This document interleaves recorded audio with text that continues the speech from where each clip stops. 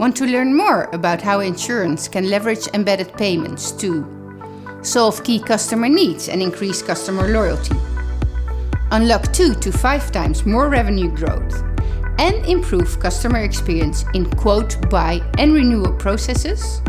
Then, stay tuned for the next presentation by Endava and Stripe. They will share their vision on the opportunities to revolutionize revenue streams and improve the customer experience by curating the customer journey. Please welcome on stage Endava and Stripe.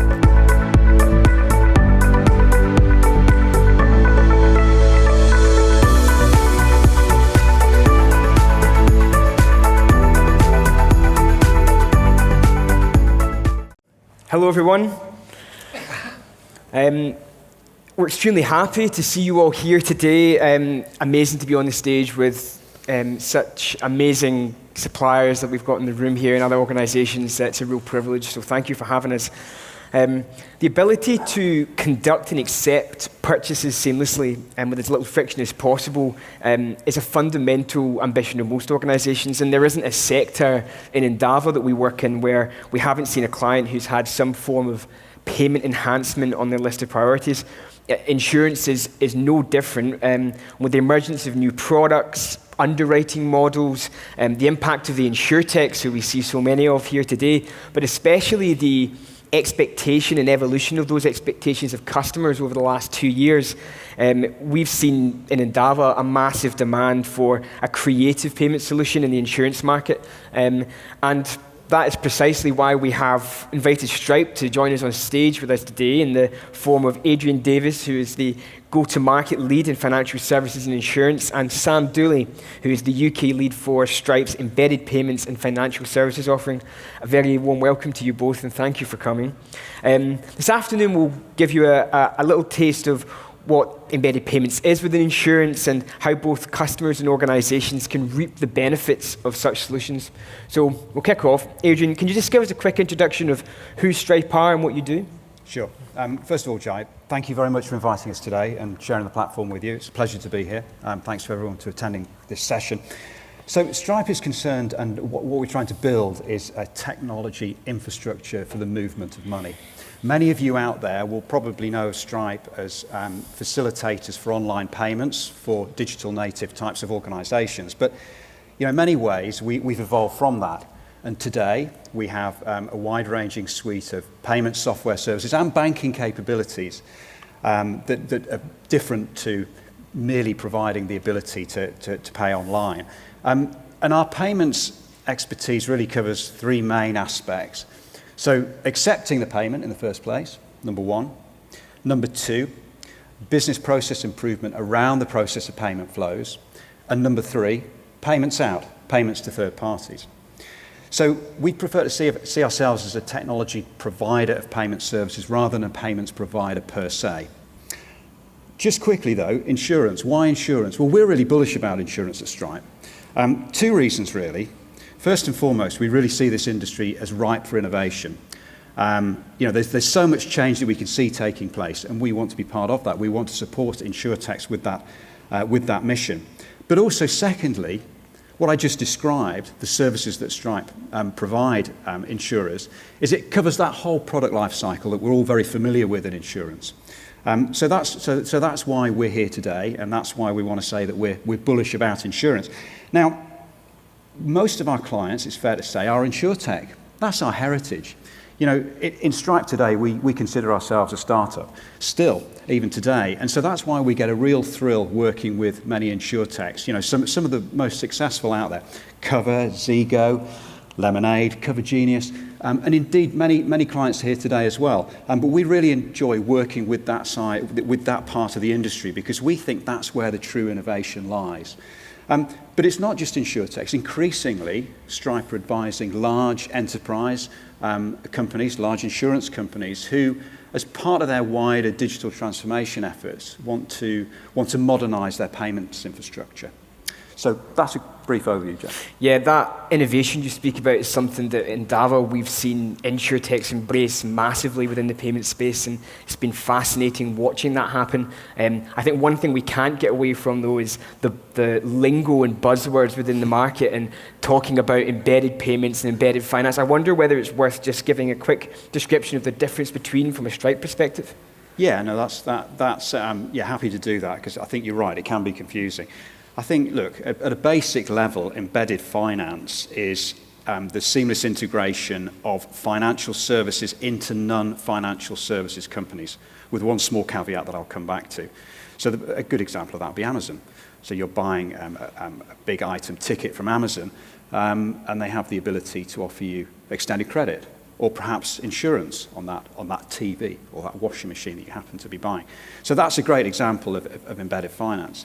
Of course, the previous presenters were talking about embedded insurance, and of course that's a component as well. But generally, when people talk about embedded finance, it's meaning about offering financial services via non-financial services companies. And that's both a challenge and a threat to the insurance industry. It's another distribution channel, of course. But I think what's really interesting is considering embedded finance in the context of an insurance company and your customer's journey, because in years to come, there's nothing stopping insurance companies offering other banking services that are conducive to the types of journeys that your customers are going through. And the other term I'd also use is that because embedded finance is really the front end. That's when you buy, as the description with Amazon. The other lingo is banking as a service, or BaaS. And that fundamentally, the best way of thinking about that is that connects to the back end of the established financial institutions who are offering the embedded finance for you. And the advantages for embedded finance, I think are pretty clear. I mean, you're getting more customer engagement. If you're offering more services, your customers are spending longer on your site, they're developing more of a relationship with your brand. But it's also an incremental revenue opportunity as well. And it also demonstrates that you're innovating as well. So I think there's many positive advantages. But what's embedded payments? Well, embedded payments really facilitate the embedded finance. Embedded payments, well, that's when you go into a website or into an app, and that payment experience is absolutely seamless. It's totally integrated into the CX of the brand owner. You're not jumping out into another site to take a payment. It's all seamless. It's all done automatically. It takes all major forms of payment, including local payment methods. And it's entirely seamless. And it means, what's the benefit? Well, it just means you're converting more customers. Yeah, it's something we really target within all the solutions that we build at Endava. And I think that, Sam, is one of the things that we've been discussing over the last few days, and certainly with the individuals we've had meetings with, is traditionally Endava would have been an organization who would have built what the guys are talking about here. And 10 years ago when I joined the business, we were a bread and butter build organization, and we still have that with us. But for some people, it's a bit strange that we then move to partnering with someone like Stripe, who's offering a solution which is already built. I wonder, Sam, it's worth talking about, when should a company seek to build its own payment system rather than buy one off the shelf like they are with Stripe? Yeah, so firstly, hello everyone. There's loads of great insurtechs and insurers here today, and I think hearing build versus buy is something that I'm sure a lot of the insurtechs have come up in a lot of conversations. Do we build the solution or do we buy it? I think a really good place to start is a little bit of a history of payments. A lot of the insurers here have been around for many decades, multinational companies, but platform payments and third-party payment systems actually haven't been around for that long. When you think about a company, maybe 10 years ago, companies like Uber or Lyft in the US, where they're doing a model where they're taking money and paying a third party, this is extremely new, and it didn't exist 10 years ago. What they were doing was making hundreds of engineers and taking a product and building it in-house, and it became extremely complicated. And there's a model called a payment facilitator, and that's where a company, a tech company often, or a financial services company would become regulated. So they would go to the networks, they would say, we want to take payments, collect payments, pay them out to third parties, and we want to do that ourselves. So they'd become regulated, they would do a huge development work, it would usually take 2 years to get to market, huge engineering overheads, And eventually they came to the realization, and the market realized that we want to offer more marketplaces, we want to build more of these solutions, but we don't want to keep having to deal with the complexity of maybe expanding to a new market in Europe and having to do a huge build. Maybe we want to offer a new payment method like open banking. And again, we have to integrate this with a very complicated in-house built system.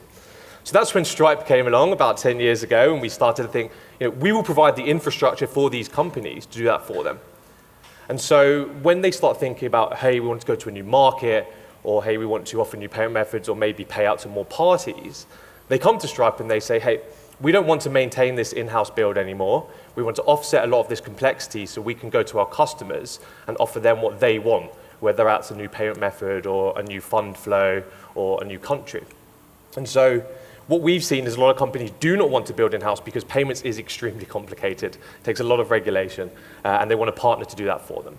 And so we would strongly suggest, just like Stripe wouldn't want to become an insurer if we were to offer insurance solutions, in the same way insurers and insurtechs shouldn't become payment facilitators or payment service providers. Instead, they should look to a third party. Yeah, it's an odd one, isn't it? Because when I've had discussions with carriers or brokers or insurtechs in the last 5 years, it's never really been fully focused around the payment side. Until we started engaging with you, we realized just how important it was. I wonder if you can put some flesh in the bones of how integral it is to get that piece of the puzzle right for insurers, that payments piece. Yeah.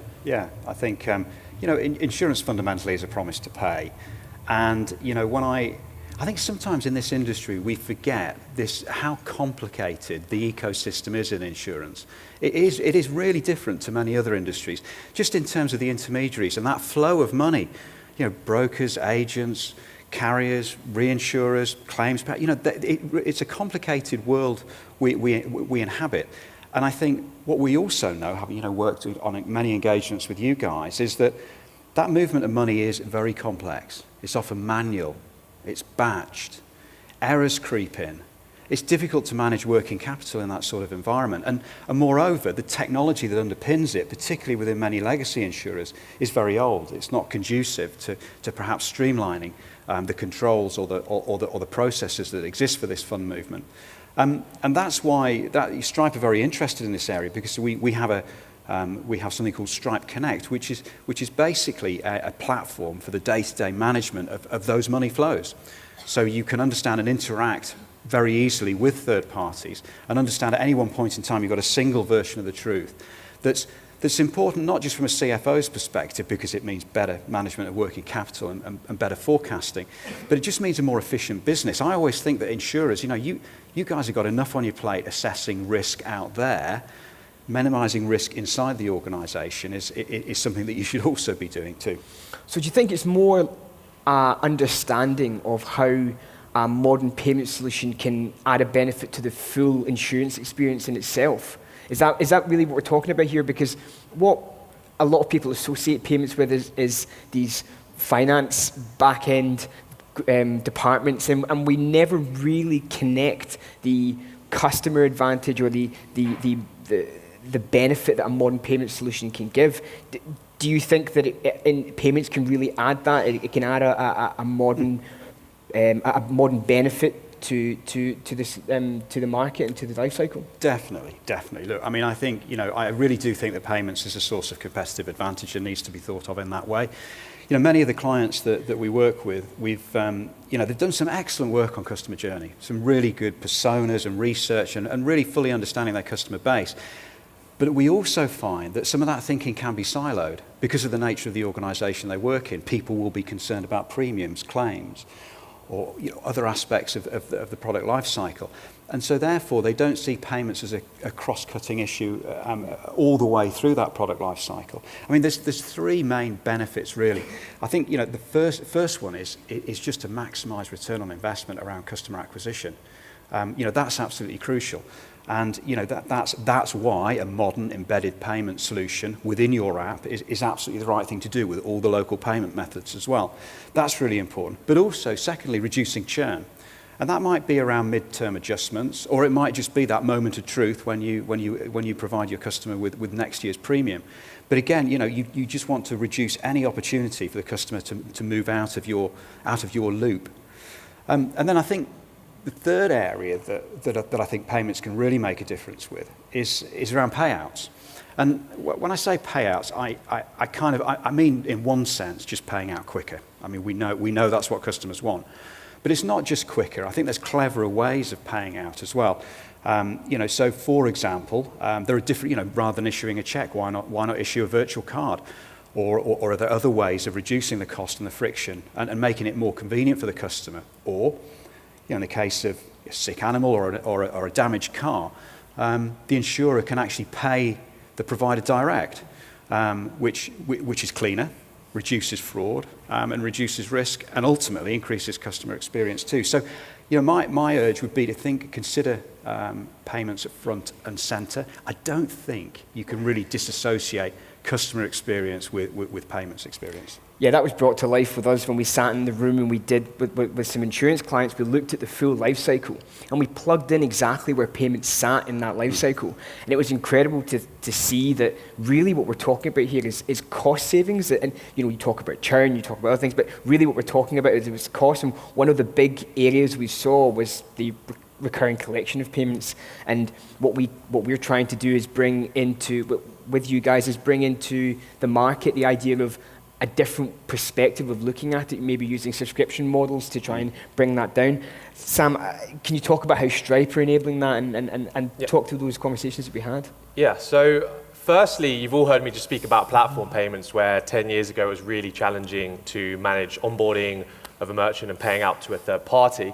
And subscriptions are similar. There's been a massive change over the last few years. I can think about looking at my bank statement as a consumer and the amount of direct debits I've got coming out every month to pay for my Netflix or my Sky or my Amazon Prime is significant. And it's the same in business world, where companies have moved from service models where they're paying for a desktop and a license through to software as a service. That's been a big part of the change over the last 10 years. Now, why should insurance be any different, where someone's paying for a premium every year, every 2 years? Instead, it should be a much more rolling basis. And we're seeing a lot of insurers come to us saying, can you help us develop this business model on a more regular basis, maybe a monthly model? But I think a lot of people oversimplify the subscriptions sort of complexity, because it's actually extremely complicated to take money on a regular basis from a customer. One really interesting aspect from our side is actually something called dunning, which I'm sure many of you know of, which is when the payment fails because for whatever reason the person doesn't have enough money in their bank account, or maybe they have insufficient funds, or they've lost their card. What do you do in that case? And that's where some people try and build this in-house, and they build this really complicated in-house billing system where they try and guess the logic of how they can successfully get the money back. And that becomes really complicated over time, because often, one, you don't fully get the money back. You often don't have sort of the knowledge of the machine learning tools to reclaim the money on the right retry logic. And two, when you try and scale this subscription logic to more markets or more currencies or more payment methods, it just becomes a huge, complicated monster. And so we often see companies coming to Stripe to say, hey, we've built this in-house system, and we don't want to maintain it anymore. We want to leverage your retry logic. You can tell us when the optimal time to retry a failed payment is, and we can do that for them. Or maybe they actually want to launch a subscription model for the first time, whether it's a startup like a D2C company or a financial services company, through to enterprises that are looking to start subscriptions as well. I think one really interesting enterprise that we've worked with recently is Ford, who are looking to overhaul their direct-to-consumer business, and they're building subscription models as part of their business. So really suffice to say, again, subscriptions are extremely complicated. They can be very costly to build out, these huge legacy tech debt systems. And so going to a partner to handle that complexity is generally the best path forward, both to minimize the cost of development and time to market, but also to maximize the chances of successfully winning back a payment and converting a customer. Yeah, absolutely. I think subscription isn't always the answer. I think it's an easy thing to talk about, and as you've described, it's a very complicated thing to put into practice. But I think what underpins subscriptions is innovation, and something we spoke about with breakfast this morning was the fact that you just need to apply innovation in this market in order to get your way through some of these challenging parts. And certainly over the last couple of years, we've seen that opportunity for innovation be just an opportunity before COVID. It's become an inevitability during COVID, and it's become a necessity just after it, because customers just need something different now, and especially when you look at the car market, where people aren't owning cars anymore. They don't want to own a car anymore. They want to subscribe to the car. Well, insurance needs to keep up with that. So perhaps there are, maybe it isn't just pure subscription, but perhaps there are innovative models that we can bring in. I wonder how you've seen other verticals handle that, because it's about being flexible, it's about being scalable. What other models have they brought in to work that out? Yeah, so I think it's really interesting with payments in that a lot of you are probably wondering, where does payments actually sit in the org chart? Because you could argue that maybe historically it was probably more of an aspect of finance where someone's getting paid and it's just kind of sits there, your invoice payments, and it goes to your accounts receivable team or your accounts payable team. So it's probably more of an aspect of finance. But what we're saying to you today is it's not just a finance thing. It's an aspect of product, it's an aspect of technology, engineering, and finance too, of course. So it's a real generalist role. And so what we've been seeing companies that are thinking about the digital transformation in their payments and embedded payments and financial services is this concept of a CPO, but not a chief product officer is the most common sort of term for that, but instead a chief payments officer or maybe a head of payments. And this person is kind of a subject matter expert and a generalist in that they have that subject matter expert in payments. They maybe come from a payments background, they understand the market, whether it's kind of the card networks, the schemes, the complexity of the existing structures, and also some of the new innovations. So things like open banking, cryptocurrencies, and blockchain. They can think about that and really get embedded in that. But they're also a generalist in that they probably have a bit of product management expertise. They can think about user experiences. They can think about the costs and the partner selection. So yeah, it's a real new role that's being carved out. Yeah, it's crazy that it doesn't exist, isn't it? Because we've just spoken about how payments is so it's so relevant to every part of the life cycle. And we've got head of underwriting and head of broking. We've got head of claims, but head of payments doesn't sit in there. So it sort of lies into the financial teams, and it's just not dealt with properly. It's becoming if you see a head of payments, it's fantastic. We are craving for them when we go and see insurers to try and find them. And my plea out to any insurers listening would be that if you don't have one, then come and talk to us about how you might create one, how you might find one, how you might build one in your organization, because that for us is only going to be beneficial for us moving forward. Before we finish, I would just like to talk about some of the use cases that Stripe has seen within the insurance market. Adrian, could you tell us where you've seen that happen? Sure. Yeah, of course. I think I'll highlight three, actually. I mean, look, the first one, we've touched upon this before, so I won't dwell on it too much, but it is the payment of the premium.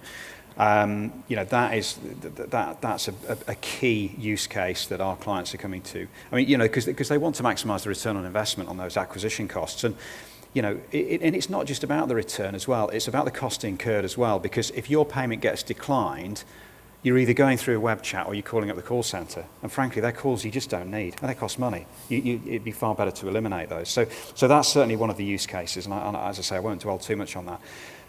The second one is reconciliation. So that goes back to what I was talking before about the flow of money through the ecosystem in insurance. And I'll just use an example from another industry for a minute, if I may, which is Deliveroo, which is a very proud partnership that Stripe have. And you might think, well, what's Deliveroo got to do with insurance? Well, yeah, but if you think about the complexity of Deliveroo, so you order, and I know we all have, especially during the lockdown, your Deliveroo on a Friday night. Well, you've got that's actually quite a complex payment flow. You've got to pay the restaurant, Deliveroo take their something %, and then they pay the driver as well. But then if you think about the complexity of all of those orders that are all going on in your hometown that evening, and then magnify that across the globe, these are the sorts of flows of money that Stripe are helping our organisations to monitor and manage more effectively. And that reconciliation point is one that we keep on coming back to time and time again. Companies get it wrong, and they need our help building systems, probably on top of their legacy systems in some cases, but systems nonetheless that give them that single version of the truth. The third area is billing. So as we innovate, and we've heard many of the speakers over the last couple of days talk about things like parametric insurance, What some traditional insurers are finding is that their billing systems just can't cope with them.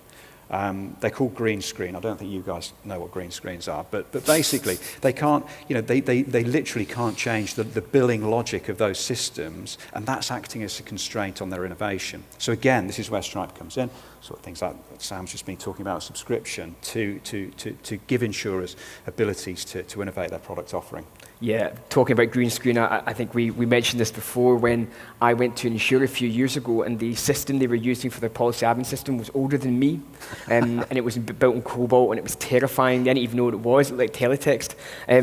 No, for us, like in Endava, the insurance clients who we've got, their payments necessities have shot up their agenda, and it's really great for us because Endava have a phenomenal payments experience. That's really where we built ourselves, and then second would be our insurance experience. So bringing them together has been a really big initiative for me, cross-vertical, and that's why we're on stage today.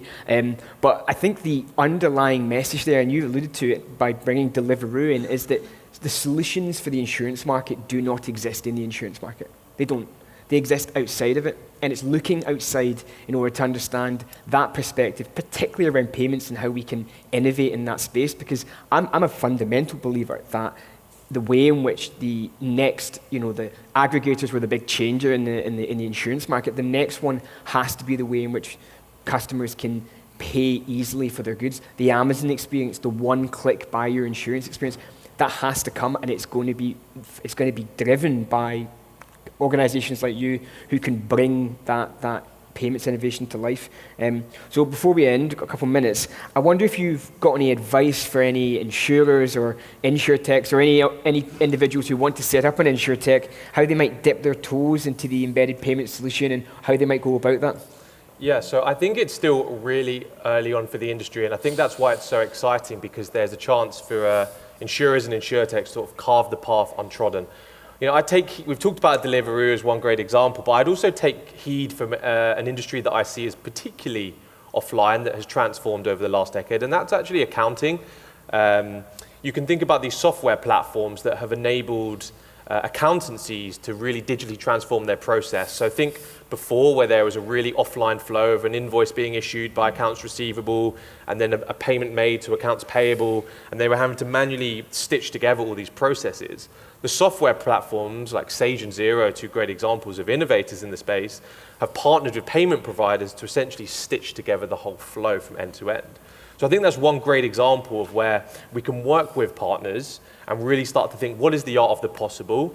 So, my real call for the insurers and the insurtechs here is, we're going to be at Endava's stand after this, and as you can tell, we're super keen to talk about payments. If there's any head of payments in the room, that's a great start.